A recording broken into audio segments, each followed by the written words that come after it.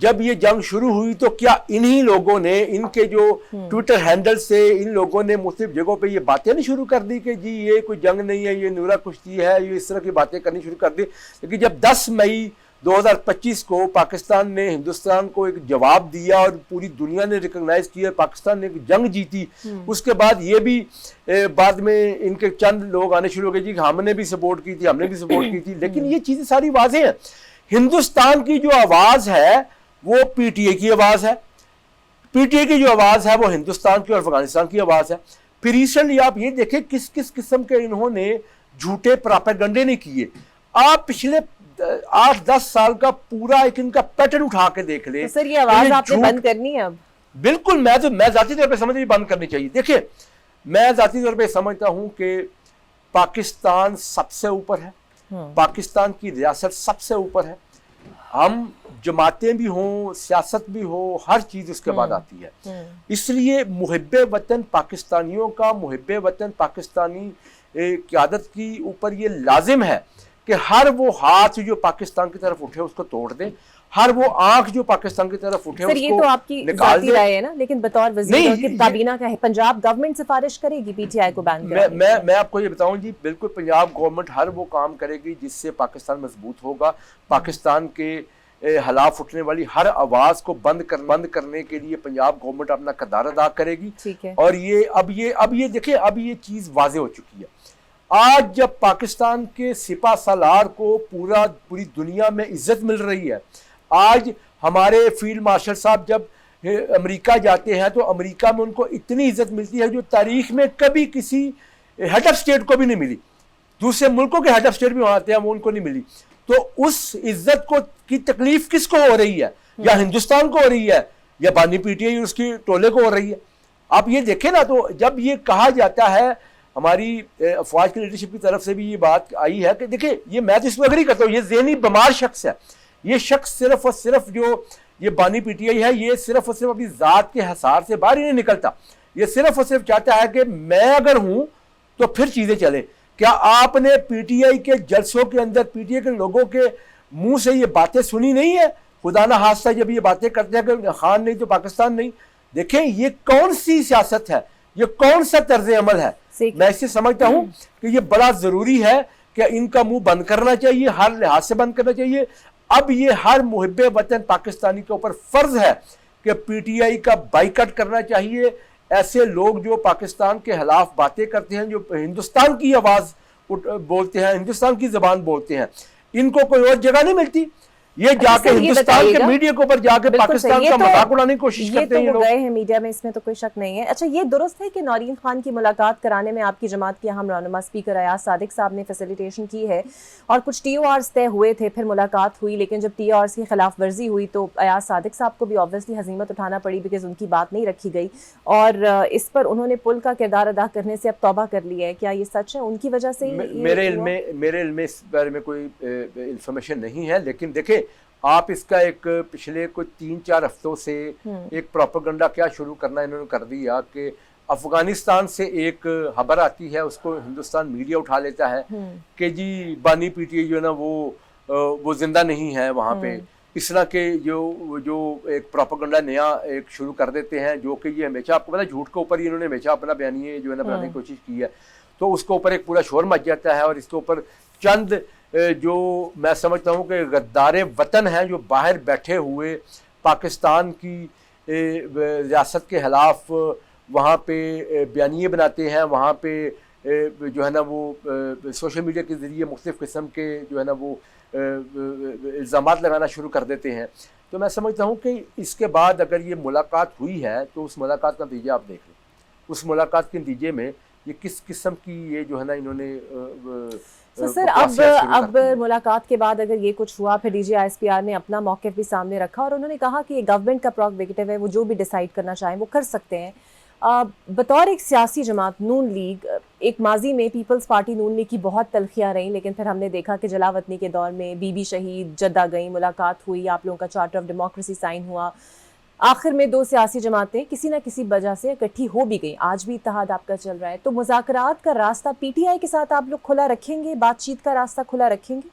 دیکھیں سیاسی جماعتوں کے درمیان باتیں بھی ہو سکتی ہیں، سیاسی جماعتوں کے اپنے نظریات ہوتے ہیں، اختلافات ہوتے ہیں، لیکن مجھے بتائیں کہ پی ٹی آئی کو نکال کے پاکستان کی تاریخ میں ایسی کوئی ایک بھی سیاسی جماعت ہے جس نے کبھی پاکستان کے مفاد کے خلاف ہندوستان سے ہاتھ ملایا ہو، جس نے پاکستان کے دشمنوں کی زبان بولتا ہو، جو پاکستان کو بدنام کرنے کے لیے کوشش کرتا ہو؟ دیکھیں یہ سیاست نہیں کر رہے پی ٹی آئی والے، یہ جو عمرانی ٹولہ ہے یہ سیاست نہیں کر رہا، یہ پاکستان کی ریاست کے خلاف بغاوت کر رہے ہیں، یہ پاکستان کے خلاف بغاوت کر رہے ہیں، یہ پاکستان کے حامی نہیں ہیں۔ اچھا سر، صوبوں کی بحث چل رہی ہے اور آپ کے سامنے بھی ہوگا کہ این ایف سی کے حوالے سے کچھ ریزرویشنز وفاق نے رکھی جس پر پیپلز پارٹی نے ابھی تک ہاں یا نہ نہیں کی۔ مضبوط بلدیاتی ادارے اور اختیارات کی نچلی سطح تک تقسیم جو ہے وہ ایم کیو ایم کا بھی مطالبہ رہا ہے اور وزیر اعظم نے وعدہ بھی کیا ہے ان سے۔ پنجاب اور اسلام آباد کے علاوہ تمام صوبوں میں بلدیاتی انتخابات ہو گئے ہیں، اختیارات نچلی سطح تک جا گئے ہیں، لیکن جہاں پر نون لیگ برسر اقتدار ہے وہاں پر نہیں ہوئے۔ اچھا، یہ جو پنجاب کے اندر بلدیاتی ادارے اس وقت موجود نہیں ہیں، اس کے پیچھے آپ کو جو وجہ ہے وہ میں بتا دیتا ہوں کہ دیکھیں 1 جنوری 2017 میں بلدیاتی ادارے وجود میں آئے، جو کہ ہماری پنجاب کی حکومت تھی، اس میں الیکشن ہوئے اور بلدیاتی ادارے وجود میں آئے۔ جب جولائی 2018 میں ہماری حکومت ختم ہوتی ہے اور ایک نئی حکومت آتی ہے، پی ٹی آئی کی حکومت آتی ہے، تو وہ آتے ہی وہ بلدیاتی ادارے جو کہ 58,000 الیکٹڈ لوگ تھے ان کو ایک نوٹیفیکیشن کے گھر بھیجتے تھے۔ اس کے بعد سپریم کورٹ جو ہے نا وہ اس پہ حکم بھی جاری کرتی ہے جن کو بحال کیا جائے، لیکن وہ اس کے پہ بحال نہیں کرتے، وہ پورا ٹینیور وہ ان کو بحال نہیں کرتے۔ اور اس کے بعد اپنے پورے 4.5 سالوں کے اندر جو پی ٹی آئی کا پنجاب کے اندر دور رہا ہے، اس میں انہوں نے 3 بلدیاتی ایکٹ بنائے لیکن ایک بھی الیکشنز نہیں کروائے۔ ہم نے آتے ہی پہلے 1 مہینے کے فوری بعد ہم نے نئے ایکٹ کے اوپر کام شروع کر دیا اور اب ہمارا ایکٹ پاس ہو چکا ہے۔ پاس ہونے کے بعد اب ہم ڈیمارکیشن کے فیز کے اندر ہیں اور انشاءاللہ مارچ اپریل میں ہم اپنا سارا پروسیس مکمل کر لیں گے۔ D limitation election commission Pakistan نے کرنی ہے، وہ بھی اپنے ڈی لیمیٹیشن مکمل کر لیں گے اور اس کے بعد ہم اس پوزیشن میں ہوں گے کہ ہم الیکشن کروائیں۔ بالکل صحیح۔ اور اس بلدیاتی ایکٹ کے اندر جو اس دفعہ حکومت پنجاب نے انٹروڈیوس کروایا ہے، اس میں اللہ کے فضل و کرم سے سب سے بہترین نظام ہوگا کہ جو نچلی سطح پہ لوگوں کو اختیار دے گا۔ ہم نے یونین کونسل کی جو سیٹ ہے اس کو مضبوط کیا ہے، ہم نے تحصیل کی سطح کو مضبوط کیا ہے، بڑے شہروں کے اندر ہم نے ٹاؤن کی سطح کے اوپر جو ہے نا وہ اس کو مضبوط کیا ہے۔ اچھا سر، اب چونکہ آپ موجود ہیں اور ایک بڑا پرٹننٹ سوال میں آپ کے سامنے رکھوں گی، کچھ لوگ اس سے خوش بھی بہت ہیں۔ تقریباً 20 سال کے زائد عرصے کے بعد یہ جو بسنت ہے ہم پنجاب اس کو منانے جا رہا ہے، ایک ایسا ثقافتی ورثہ، وہ دن تھے جو ناقابل فراموش ہیں اور لوگ یاد بھی کرتے تھے ان سنہری دنوں کو۔ سو آپ لوگوں نے اس کا انیشیٹو لیا اور کافی احتیاطی تدابیر کے ساتھ آپ لوگوں نے اجازت دینے کا فیصلہ کیا ہے۔ آپ نے آرڈیننس میں شرط بھی رکھی ہے کہ ممنوعہ ڈور استعمال نہیں ہوگی، لیکن سر اصل سوال یہ ہے کہ اڑتی ہوئی پتنگ میں کون جا کے چیک کرے گا کہ یہ ڈور جو ہے وہ دھاتی نہیں ہے یا جان لیوا نہیں ہے؟ کیا پولیس گھروں کی چھتوں پر جائے گی؟ یہ میکینزم آپ کس طرح چیک کریں گے؟ بیکاز یہ بڑا سینسٹیو ایشو ہے اور لینے کے دینے بھی پڑ سکتے ہیں اس میں۔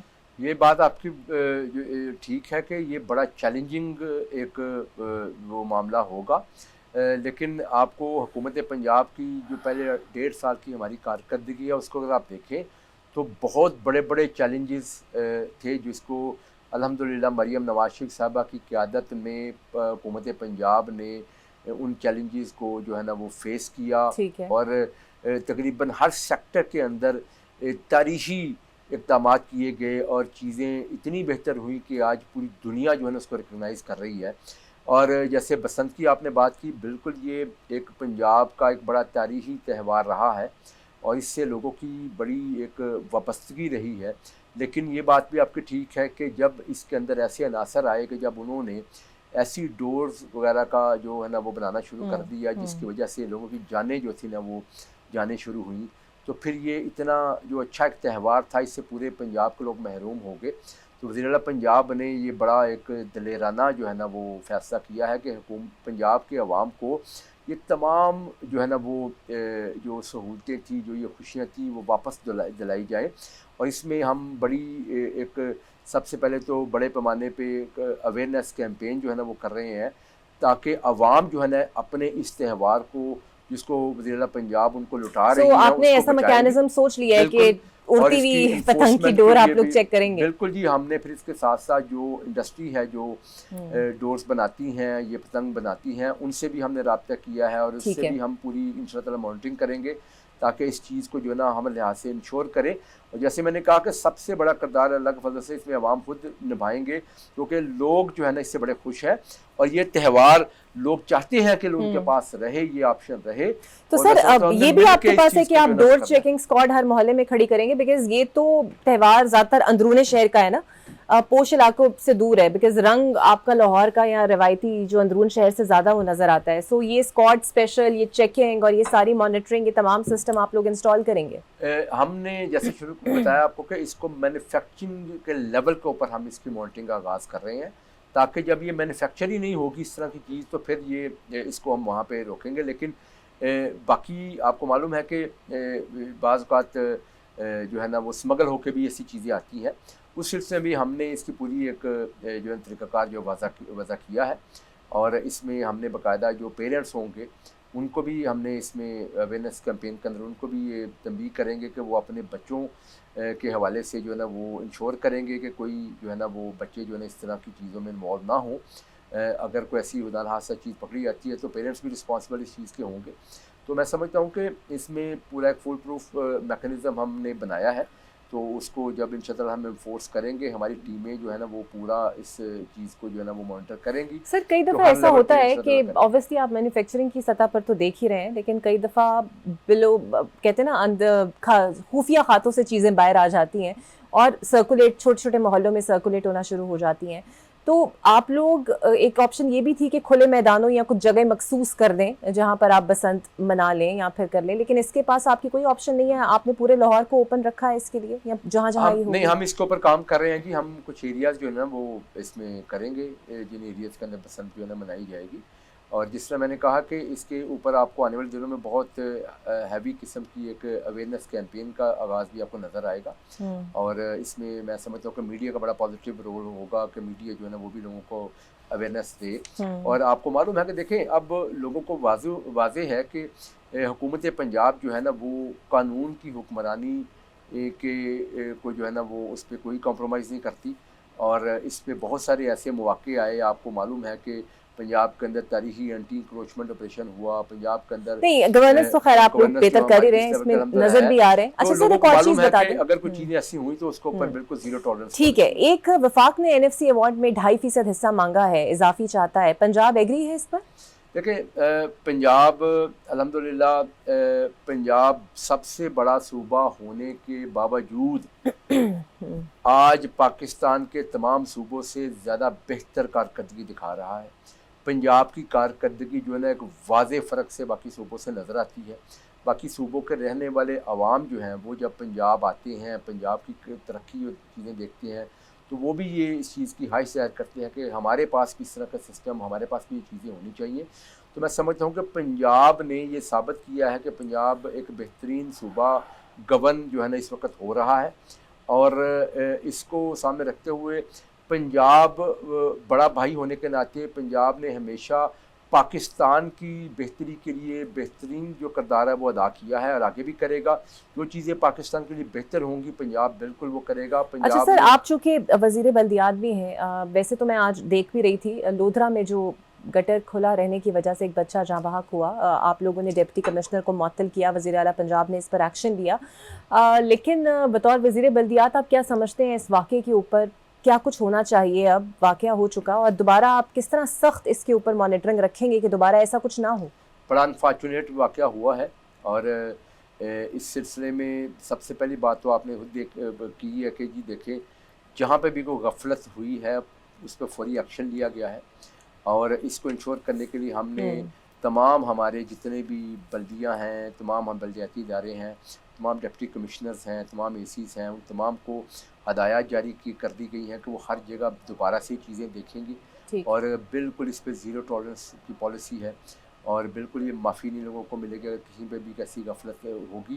اور ایون آپ اب دیکھیں کہ بڑی ہیوی قسم کی پنجاب کے اندر ڈیولپمنٹ کے پروجیکٹس چل رہے ہیں، لوگوں کی بنیادی سہولتوں کو پرووائڈ کرنے کے حوالے سے شہروں کے اندر دیہاتوں کے اندر تاریخی اقدامات ہو رہے ہیں. مثالی گاؤں ہو گئے, پی ڈی پی ہو گئے, لاہور کے اندر ایل ڈی پی پروگرام ہو گیا جس میں لوگوں کو بڑی بنیادی سہولتیں ان کے سیویج کے, ان کے گلی محلے کے جو مسائل وہ حل کرنے کے لیے چیزیں کی جا رہی ہیں.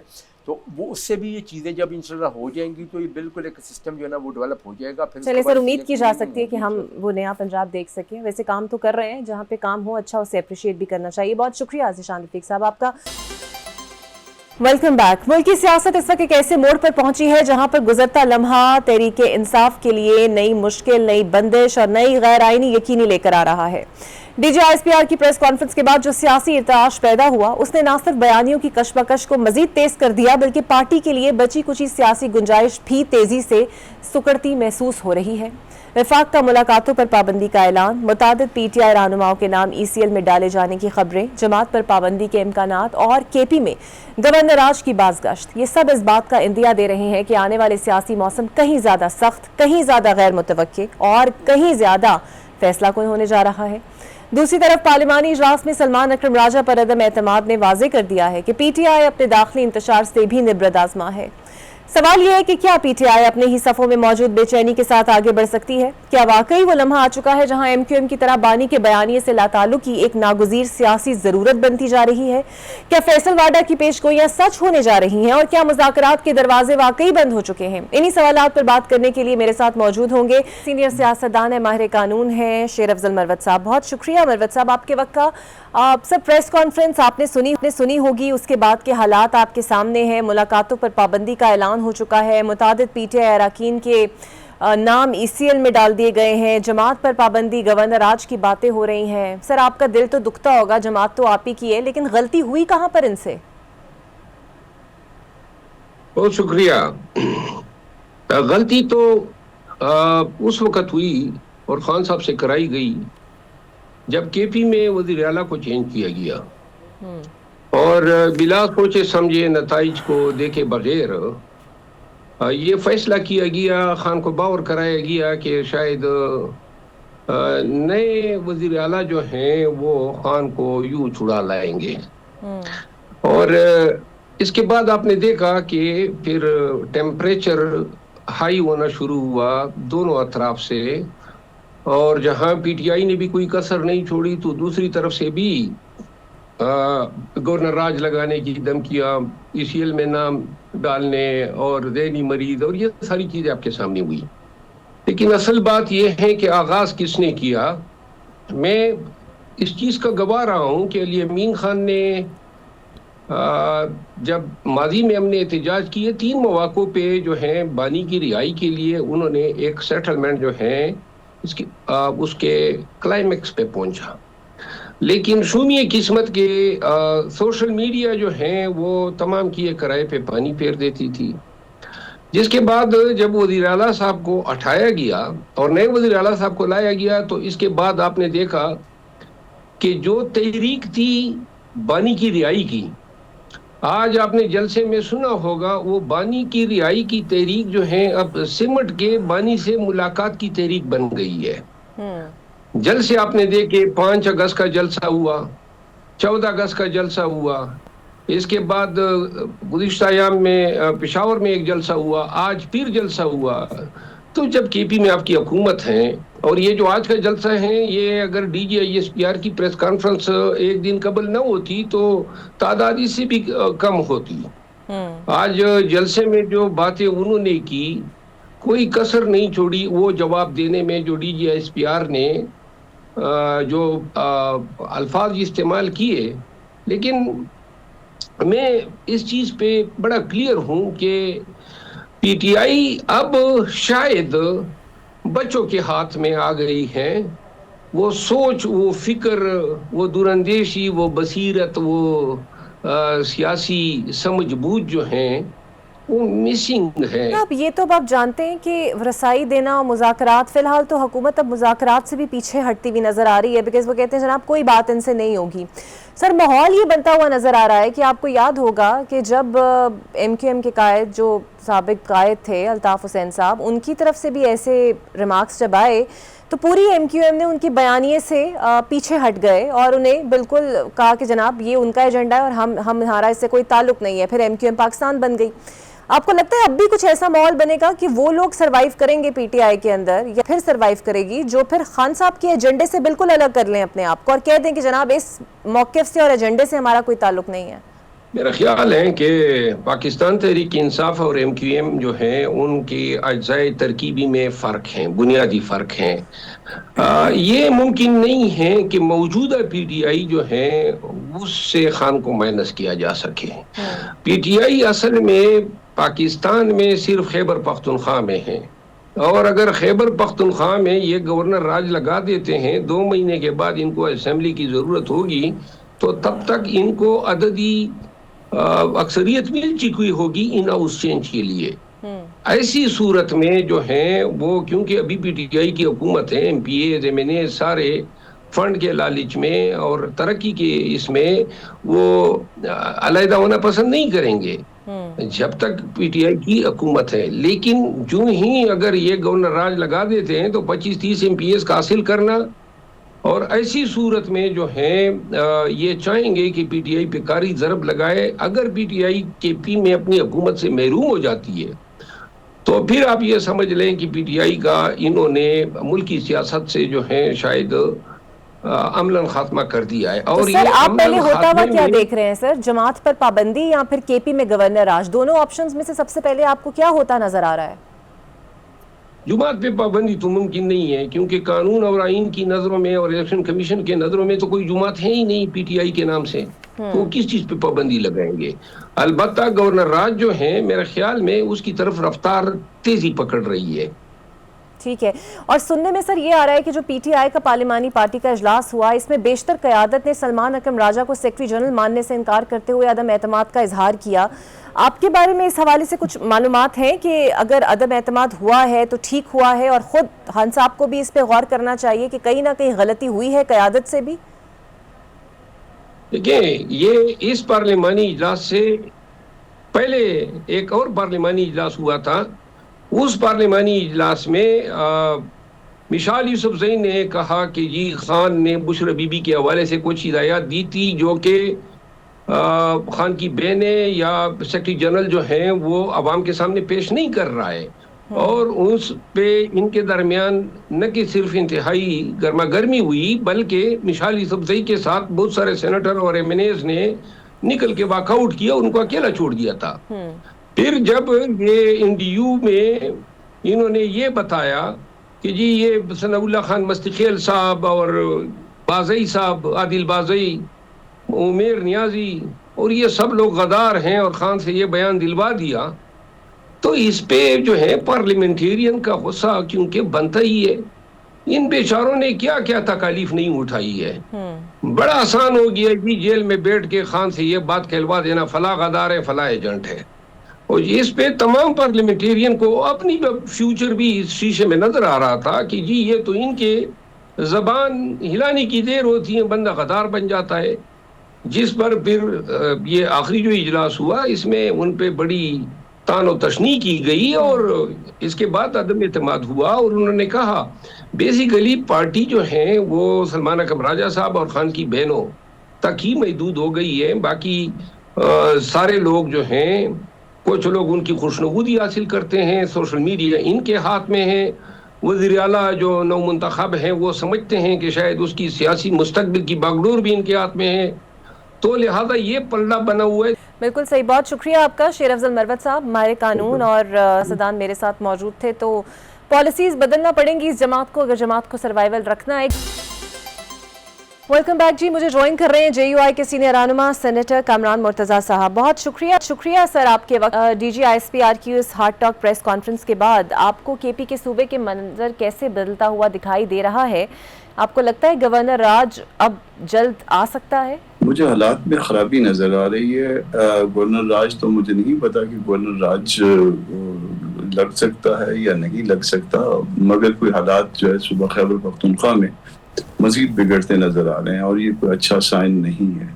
اور اگر اس طرح سے حالات بگڑیں اور گورنر راج آئے, سی ایم صاحب بدل جائیں, گورنر صاحب بھی ساتھ ہی بدل جائیں, اور اس کے نتیجے میں جو ہے نا کوئی غیر جمہوری طریقہ کار اختیار کیا جائے گو کہ وہ دستوری ہو سکتا ہے، تو نتیجہ جو ہے کوئی اچھا نہیں ہوگا صوبے کے لیے یا ایون ملک کے لیے۔ سر پی ٹی آئی پر بطور جماعت پابندی کی باتیں ہو رہی ہیں، یہاں تک کہ عطا تارڑ صاحب نے یہ بھی کہہ دیا ہے کہ اگر یہ لوگ خان صاحب کے ایجنڈے اور موقف سے پیچھے ہٹ جائیں اور لا تعلقی کا اظہار کریں تو کچھ راستہ نکل سکتا ہے سیاسی طور پہ۔ آپ کو لگتا ہے یہی ہوگا اور اسی پر اب حکومت قائم رہے گی؟ کیونکہ الیکشن کمیشن نے بھی انٹرا پارٹی الیکشن دوبارہ ماننے سے انکار کیا ہے، بیرسٹر گوہر کو چیئرمین ماننے سے انکار کر دیا ہے۔ سیاسی جماعتوں پہ پابندی آج تک کامیاب نہیں ہو پائی۔ آپ دیکھ لیجئے کہ ایک اینگل سے جو ہے وہ اگر آپ کوئی کام کریں گے تو وہ دوسرے اینگل سے آ جائیں گے۔ سیاسی شخصیت جو ہے پھر بھی زندہ رہتی ہیں، وہ کبھی بھی جو ہے وہ اس طرح سے اس کو ایلیمینیٹ آپ نہیں کر سکتے۔ تو یقیناً جو ہے پی ٹی آئی کے نظریات سے لوگوں کا اختلاف ہوگا، مگر وہ نظریات کے اختلاف اس کا سیاسی میدان میں سامنا کیا جانا چاہیے، نہ کہ اس طرح سے بازو مروڑا جائے۔ اور آپ کی نظر میں اب حکومت تو سامنے آ گئی ہے، صاف طریقے سے کہہ رہی ہے کہ جناب ملاقات تو نہیں ہونے دی جائے گی، اور سننے میں آ رہا ہے کہ پہلے بھی شاید اسپیکر صاحب کی انٹروینشن کے بعد کچھ ٹی آر اوز طے ہوئے اور ان کی بہن کو اجازت ملی، لیکن الٹا ہی ہوا اس اجازت کا۔ اور آپ کو لگتا ہے کہ اب معاملات یہاں تک آ گئے ہیں کہ حکومت نے یہ معاملہ مکمل طور پہ اپنے ہاتھ میں لے لیا اور اب سپرنٹینڈنٹ جیل کا نام نہیں لیا جائے گا اس میں؟ ایسا ہے کہ اس میں یقیناً اسپیکر صاحب ہماری انفارمیشن کے مطابق بیچ میں تھے اور ان کو کمٹمنٹ دی گئی تھی، ان کے ساتھ زبان کی گئی تھی کہ بعد میں جو ہے وہ کوئی اس طرح کے مسائل ٹویٹس وغیرہ نہیں کیے جائیں گے۔ ٹویٹ کرنا گو کہ ان کا حق ہے، مگر ایک دفعہ زبان کر لیں پھر یہ حق ختم ہو جاتا ہے، تو وہ زبان کی خلاف ورزی کی گئی ہے۔ ایسا نہیں کیا جانا چاہیے تھا، کسی کو اس طرح سے مشکل میں نہیں ڈالنا چاہیے تھا۔ آپ نے جو ٹویٹ کرنے ہیں اگر وہ قانون کے مطابق ہیں تو 100 دفعہ کریے، وہ آپ کی اپنی پارٹی پالیسی ہے، مگر کمٹمنٹ کے بعد جو ہے نا اس کمٹمنٹ سے پیچھے ہٹ جانا یہ زیادتی ہے۔ آپ کو لگتا ہے مولانا صاحب اس سچویشن کو ڈیفیوز کرنے میں کچھ انٹروین کریں گے؟ کیونکہ اگر آپشن نہیں رہی، سیاسی طور پہ بات چیت نہیں ہو پائی، تو کسی نہ کسی فریق کو تو بیچ میں آنا پڑے گا۔ مولانا یقیناً ایسا چاہیں گے کہ اس صورتحال کو ملک کی بہتری کے لیے، پاکستان کی بہتری کے لیے ڈیفیوز کرنا چاہیں، مگر پرووائڈڈ کہ دونوں فریقوں کی خواہش ہو، دونوں فریقوں کو جو ہے ایسی اگر خواہش نہ ہو اور بیچ میں جو ہے وہ اپنے آپ کو خراب کرنا جو ہے وہ پھر میرا خیال ہے کہ مناسب نہیں رہے گا، اسپیشلی اس طرح کے حالات میں جب ایک طرف سے کمٹمنٹ ہوتی ہے اور دوسرا اس پہ اعتماد کر لیتا ہے، یعنی زبان دی جاتی ہے اور اس کے بعد وہ جو زبان ہے اس کو آنر نہیں کرتے، تو دین جو ہے پھر میرا خیال ہے کہ اس صورتحال میں کوئی بھی پولیٹیکل لیڈر جو ہے وہ سامنے نہیں آئے گا، یا پولیٹیکل پارٹیز اپنی لیڈرشپ کو یہ نہیں کہیں گی کہ آپ جو ہے نا انٹروین کریں۔ یہ پہلے جو ہے رویوں کو درست کرنا ہوگا، جو بھی طے ہو جائے اس پہ کھڑا ہونا چاہیے۔ اچھا سر، این ایف سی اجلاس ہوا، کچھ تجاویز اس میں سامنے آئی۔ پہلی تجویز یہ تھی کہ کل عام وفاق کو ملتا ہے اس میں 2.5% اضافہ کیا جائے جو دہشت گردی اور جنگلات اور آبادی پر خرچ ہو، اور اس کے بعد جو بچا جائے وہ صوبوں میں تقسیم ہو۔ اس تجویز کو لے کر جے یو آئی کا کیا موقف ہے؟ جے یو آئی صوبوں کا حصہ بڑھانے کے حق میں ہے، نہ کہ کم کرنے کے حق میں ہے۔ یہ اس بات کا سہارا لے کے کہ صوبوں میں کوئی مسائل ہیں اور اس کے بعد جو ہے نا ڈیمانڈ کرنا کہ صوبوں کا حق جو ہے اس میں کم کر دیا جائے، یا صوبوں کا جو طے شدہ فارمولا ہے اور جس کو کانسٹیٹیوشنل پروٹیکشن بھی دی گئی ہے آرٹیکل 160 سب آرٹیکل 3 میں، اس کو جو ہے نا کسی طرح ڈسٹرب کر دیا جائے، تو جے یو آئی اس کو مناسب خیال نہیں کرتی ہے۔ اور اگر ایسا کیا گیا تو ان حالات میں کم از کم دو یا زیادہ سے زیادہ 3 صوبوں میں انریسٹ پھر مزید بڑھے گا۔ بالکل صحیح۔ اور حکومت بار بار جو معیشت میں ترقی کا دعویٰ کر رہی ہے، جمعیت علماء اسلام کی شورا کا اجلاس ہوا، حکومت مخالف تحریک کا بھی اعلان ہوا، سر آپ لوگ سوچ کیا رہے ہیں اور کس چیز کا انتظار ہو رہا ہے اب؟ شاید لوہے کو مزید گرم ہونے کا انتظار کر رہے ہیں، تو اس کو چلنے دیجیے۔ فی الوقت سب کے چہرے جو ہے وہ عوام کے سامنے آ جائیں، پھر اس کے بعد جو ہے نا جو کچھ کرنا ہوگا وہ یقیناً کیا جائے گا۔ اس وقت بے روزگاری اپنی انتہا پہ ہے، قرضے دگنے ہو چکے ہیں 2-2.5 سال میں، امن کی صورتحال آپ کے سامنے ہے، سب کچھ جو ہے وہ حکومت ناکام حکومت ہے، باوجود اس کے کہ انتخابات جعلی تھے، اور اس جعلی نتائج کے اوپر جو ہے صرف 3 صوبوں میں جعلی نہیں تھے، 4تھے صوبے میں بھی جعلی تھے، خیبر پختونخوا میں بھی جعلی تھے۔ اب تو علی امین گنڈا پور کے رابطوں سے جو ہے وہ کسی کو انکار نہیں ہے کہ کہاں پہ تھے۔ تو وہ جو کچھ کیا گیا تھا وہ منظرنامہ جو ہے وہ بنایا گیا تھا, وہ طے کیا گیا تھا, مگر اسٹل جو ہے نا ہم چاہتے ہیں کہ لوگ اور ایکسپوز ہوں, پھر اس کے بعد جمعیت اپنا کردار یقیناً ادا کرے گی. بالکل صحیح, بہت شکریہ آپ کا کامران مرتضیٰ صاحب, جے یو آئی کے سینئر رہنما میرے ساتھ ہیں. دیکھتے ہیں جے یو آئی کا موقف کیا رہتا ہے اور واقعی کیا مولانا فضل الرحمان اس سچویشن کو ڈیفیوز کرنے میں کوئی کردار ادا کر سکتے ہیں یا نہیں. Welcome back. 11واں NFC ایوارڈ جو برسوں سے مؤخر ہوتا آ رہا ہے بالآخر اپنے افتتاحی اجلاس کے ساتھ ایک بڑے مالیاتی مباحثے کو جنم دے چکا ہے. وفاق کا مطالبہ ہے کہ وسائل کی تقسیم کا موجودہ فارمولا اب ملک کی معاشی حقیقتوں کا بوجھ برداشت نہیں کر سکتا, اسی لیے دفاع سے لے کر سماجی بہبود تک کئی اخراجات قابل تقسیم محاصل سے پہلے نکالنے ہوں گے, مگر صوبے اس فارمولے کو اپنے حصے پر براہ راست وار سمجھ رہے ہیں. یہ بحث بھی زور پکڑ رہی ہے کہ کیا دفاعی اخراجات کا 2.5% براہ راست کٹ کر کے باقی رقم تقسیم کی جائے, یا پھر بے نظیر انکم سپورٹ پروگرام اور ہائر ایجوکیشن کے اخراجات بھی پہلے سے الگ کیے جائیں. یہ سوال بھی شدت اختیار کر رہا ہے کہ کیا آبادی کا 82% وزن درست ہے, یا اسے کم کر کے ریونیو جنریشن, زرخیزی, وسائل اور جنگلات جیسے عوامل کو بڑھایا جائے تاکہ وسائل کی تقسیم زیادہ حقیقت پسندانہ ہو. اسی دوران IMF کی گورننس اینڈ کرپشن رپورٹ نے تہلکہ مچا رکھا ہے. حکومت اسے اپنی درخواست پر تیار کردہ تشخیصی رپورٹ قرار دیتی ہے, جبکہ ناقدین کے مطابق یہ موجودہ سیٹ اپ کے خلاف براہ راست چارج شیٹ ہے. معاشی استحکام کی حکومتی دعوے, وزیر خزانہ کی پر اعتماد پریس ٹاک اپنی جگہ, لیکن حقیقت یہ ہے کہ غربت 45%, بے روزگاری 21 سال کی بلند ترین سطح پر ہے, اور صرف ایک سال میں 7,866 ارب روپے کے قرضے کا اضافہ. یہ سوال چھوڑ جاتا ہے کہ آخر پاکستان کب تک قرضوں کے سہارے چلتا رہے گا, اور اصلاحات اگر واقعی ناگزیر ہیں تو وہ کب اور کیسے نافذ ہوں گی. انہی تک پیچیدہ مگر فیصلہ کن معاشی نکات پر گفتگو کے لیے مجھے جوائن کر رہے ہیں معروف اکانومسٹ ہیں اور گہری نظر رکھتے ہیں ان معاملات پر, ڈاکٹر شاہد حسن صدیقی صاحب. بہت شکریہ سر آپ کے وقت کا.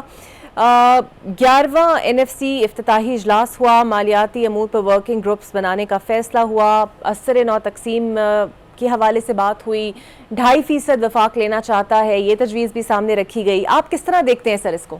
بہت شکریہ آپ کا. دیکھیے بنیادی مسئلہ یہ ہے کہ جو ہمارا NFC ایوارڈ ہے اس کو ہم نے سیاست بنا لیا ہے. آپ کو یاد ہوگا کہ جب 2010 میں یہ ایوارڈ آیا تھا 5 سال کے لیے, تو میں پہلا آدمی تھا جس نے سرکاری ٹی وی چینل پہ کہا تھا کہ یہ سیاست ہوئی ہے اور اس پر عمل نہیں ہو سکے گا.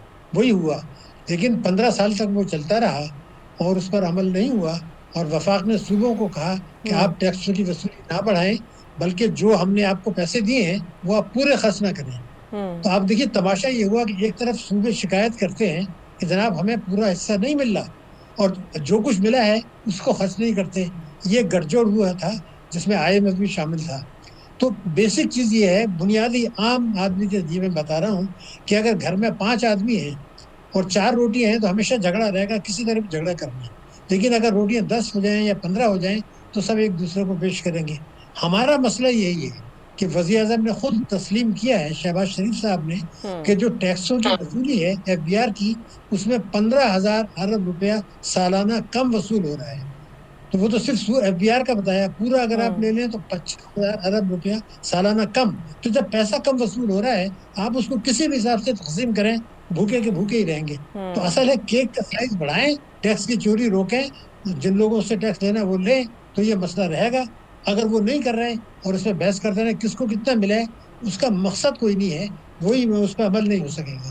اچھا سر, ایک تو یہ کہ 2.5% پہلے سے نکال لیا جائے, جس کے بعد 42.5% وفاق کو اور تقریباً 57% صوبوں کو ملے. دوسری یہ تجویز تھی کہ جو بے نظیر انکم سپورٹ پروگرام ہے یا جو ہائر ایجوکیشن کمیشن کے اخراجات ہیں وہ قابل تقسیم محاصل سے پہلے نکال لیے جائیں. دونوں میں آپ کے نزدیک بہتر آپشن کون سا ہے؟ دونوں غلط ہیں. دیکھیے میں آپ کو بالکل دوبارہ اپنی بات کہہ دوں کیا ہے. ہم جو کچھ ٹیکس وصول کرتے ہیں اس کا 40% تو جو ہے وہ سود پر چلا جاتا ہے. اب جو کچھ بچتا ہے اس پہ دیکھیے 2 پارٹیاں اس وقت حکومت میں ہیں زیادہ, پیپلز پارٹی اور جو ہے پاکستان مسلم لیگ. ان دونوں نے یہ طے کیا تھا 2010 میں, اور اس کو کہہ سکتے ہیں میثاق تعلیم تھا, کہ تعلیم کے بدلے 7% خرچ کریں گے جی, اور صحت کی بدلے 2.5 سے 4%. تو اگر آپ تعلیم اور صحت پہ خرچ نہیں کر رہے اور جھگڑا کرتے رہتے ہیں تو سوال یہ پیدا ہوتا ہے کہ جو 26 ملین بچے ہیں وہ کیا اگر آپس میں تقسیم سے وہ اسکول چلے جائیں گے؟ کیا میرے ملک میں جو 44% یعنی 12 کروڑ آدمی غربت کے لکور سے نیچے ہیں, وہ علاج معالجہ نہیں کرا سکتے، بچوں کو جو ہے اپنے بچوں کو علاج معالجہ نہیں کرا سکتے، اسکول نہیں بھیج سکتے، اور ان کو صاف پانی نہیں دے سکتے، اور مناسب غذا نہیں دے سکتے، تو اس جھگڑے سے ان کا کیا ہوگا؟ تو میں بار بار یہ کہتا ہوں کہ جب آپ یہ تسلیم کرتے ہیں کہ 25,000 ارب روپیہ سالانہ کم وصول کر رہے ہیں، طاقتور طبقے ٹیکس نہیں دے رہے، بہت سے طبقے ٹیکس نہیں دے رہے، جی سارا بوجھ تنخواہ طبقوں پہ ڈال دیا، یا جی ایس ٹی پہ ڈال دیا، یا بجلی پیٹرول کے نقص سے لے لیا، تو اس سے گاڑی نہیں چلے گی۔ میں اب بھی کہتا ہوں کہ اگر یہ مسئلہ حل ہو جائے اور ٹیکسوں کی وصولی ہو جائے تو پھر تعلیم کی رقم بھی جائے گی، صحت کی بھی جائے گی، صوبوں کا جھگڑا بھی نہیں رہے گا کہ کتنے دیں۔ جب 2 روٹیاں ہیں، 5 آدمی کھانے والے، کسی بھی طرح کریں بھوک کی بھوک رہے گی۔ اچھا سر، ایک اعتراض، بالکل ٹھیک سر، اور ایک اعتراض یہ ہے کہ چونکہ این ایف سی پاپولیشن کا 82% شیئر ہے اور پسماندگی کا تقریباً 10.3%، اس لیے صوبے دونوں فیکٹرز پر کام نہیں کرتے، تو اس فارمولے کو چینج ہونا چاہیے اور این ایف سی کی جو ویٹیج ہے جسے تبدیل ہونا چاہیے، یا پاپولیشن کنٹرول وفاق کو دے دی جائے۔ دیکھیے بات یہ تھی کہ آپ کسی کو بھی کتنا ہی دے دیں، مسئلہ یہ ہے، میں نے جیسے آپ سے دوبارہ کہا، بار بار ایک ہی بات کہہ رہا ہوں کہ اگر 5 آدمی کھانے والے ہیں اور گھر کے اندر 2 روٹیاں ہیں جیسے ہمارے ٹیکس کے ہیں، تو آپ کسی بھی طرح سے بانٹ لیں۔ صوبوں اور وفاق میں اتفاق رائے تو ہو سکتا ہے، اس لیے کہ ان کو پیش کرنا ہے، لیکن کیا اس سے پاکستان کی معیشت ترقی کرے گی؟ کیا عام آدمی کی کوئی زندگی میں بہتری آئے گی؟ کیا تعلیم بچوں کو اسکول؟ دیکھیے آئین یہ کہتا ہے 25 الف کہ 5 سال سے 16 سال کے ہر بچے کو لازماً مفت تعلیم دینی ہے۔ اگر یہ جو بھی فیصلہ کر لیں، اگر 26 ملین 2 کروڑ 60 لاکھ بچے جو دنیا بھر میں سب سے زیادہ ہے اسکول نہ جانے والوں کی تعداد، آئین کہہ رہا ہے کہ آپ سب کو مفت تعلیم دیں اور آپ دے نہیں رہے کیونکہ آپ کے پاس پیسے نہیں ہیں، تو پھر یہ آئین توڑ کے میثاق جمہوریت توڑ کے سب کچھ کر کے آپ آپس میں گٹھ جوڑ کر لیں، مقصد کیا ہوگا؟ پھر یہی ہوگا کہ وفاق صوبوں سے کہے گا 2 پارٹیوں کی حکومت ہے، اب وہ یہ کہتے ہیں کہ جی آپ جو این ایف سی ایوارڈ سے پیسہ ملے، پچھلے سال میں آپ کو فگر دے رہا ہوں، جو پیسہ این ایف سی ایوارڈ کے تحت ملا تھا جس کو وہ یہ کہہ رہے ہیں کہ ہمیں کم ملا، اس سے انہوں نے 781 ارب روپے خرچ نہیں کیے تاکہ بجٹ خسارہ نہ بڑھے۔ تو سر آپ نے قطع کلامی کی معذرت چاہتی ہوں، آپ نے آئی ایم ایف کی رپورٹ دیکھی ہوگی جس کے اندر اس نے کہا ہے کہ جناب 5300 ارب روپے کی کرپشن ہوئی ہے اور اب حکومت ایکشن پلان تیار کر رہی ہے، 31 دسمبر تک کی ڈیڈ لائن ہے۔ آپ کو لگتا ہے یہ کچھ ڈیڈ لائن کے اوپر کوئی واقعی کرپشن ختم کرنے پہ کچھ حکومت کام کر سکے گی؟ اور آپ کی نظر میں سب سے پہلا پوائنٹ ہونا کیا چاہیے جس پہ فوکس ہونا چاہیے حکومت کا؟ یہ پہلا تو سوال یہ ہے کہ ملک میں جو کرپشن ہے تو کیا آئی ایم ایف کو ہم سے زیادہ پتہ ہے؟ ہماری حکومت سے زیادہ پتہ ہے؟ وہ حکومت کہہ رہی ہے ہم نے کہہ کر رپورٹ بنوائی ہے تنقید کے بعد۔ دیکھیے میں تو واضح بات کروں، یہ ایک پورا اسرار بات ہے جو ہوا ہے۔ آپ کو پتہ ہے کہ $10 ملین ہم نے فیس دی ہے، کس بات کے لیے؟ انہوں نے جو بھی خرابیاں بتائی ہیں، میں آپ کو یقین دلاتا ہوں پوری ذمہ داری سے کہ اصل خرابیاں انہوں نے بھی چھپا لی۔ اس کی وجہ کیا ہے؟ اچھا یعنی آپ ایگری کر رہے ہیں کہ حکومت نے پیسے دے کے کہا ہے کہ جناب ہمارے سسٹم میں نشاندہی کریں؟ میں آپ کو آفیشیل فیگر بتا رہا ہوں، $10 ملین حکومت پاکستان نے آئی ایم ایف کو دیے، کس کام کے لیے؟ وزیر خزانہ کہتے ہیں جی انہوں نے پاکستان کی پارلیمنٹ کو اور پاکستان کی حکومت کو چارج شیٹ کر دیا۔ آپ نے کبھی دنیا میں سنا ہے کہ ہم پیسے دے کے اپنے آپ کو چارج شیٹ کرا رہے ہیں؟ اور دیکھیے میری گزارش سن لیں، میں بڑی اہم بات کر رہا ہوں، آئی ایم ایف کے 17 پروگرام ہوئے 1988 سے اب تک، اور وہ ہمیں قصے بھی دیتے رہے، پروگرام بھی کرتے رہے۔ اگر اس کے بعد آج بھی کرپشن ہے، معیشت تباہ ہے، تو کیا آئی ایم ایف اس کا ذمہ دار نہیں ہے؟ وہ کیوں پروگرام کرتے رہے؟ ابھی پچھلے ہماری معیشت کی تعریف بھی کر رہے ہیں وہ۔ تو میرا کہنا ہے آئی ایم ایف اس میں شامل ہے، جرم میں عالمی بینک شامل ہے، وہ استعماری طاقتوں کے اشاروں پہ یہ کر رہے ہیں۔ ہمیں تو یہ کرنا ہے کہ اگر معیشت کو کرپشن، آپ بالکل صحیح کہیں، کرپشن ہمارا بڑا مسئلہ ہے، لیکن ہمارا بڑا مسئلہ کرپشن نہیں ہے، ہمارا مسئلہ وہ گٹھ جوڑ ہے جو پاکستان کے طاقتور طبقے اور عالمی مالیاتی ادارے مل کے کر رہے ہیں تاکہ اس ملک کو پیچھے رکھا جائے، کیونکہ یہ ایک جوہری قوت ہے۔ اس ملک نے اپنے سے 6 دشمن گناہ کو شکست فاش دی ہے۔ دنیا میں ہمارا وقار بڑھا ہے، ہماری فوج کا وقار بڑھا ہے، ہماری فوج قربانیاں بھی دے رہی ہے، کامیابی بھی دے رہی ہے۔ اب یہ لوگ چاہتے ہیں کہ کسی طرح سے اس کو مایوسی میں بدل دیں۔ اس کی وجہ میں آپ کو بتاؤں، آپ نے بڑا اہم سوال ہے، بڑا اہم، لیکن میں جواب دے دوں۔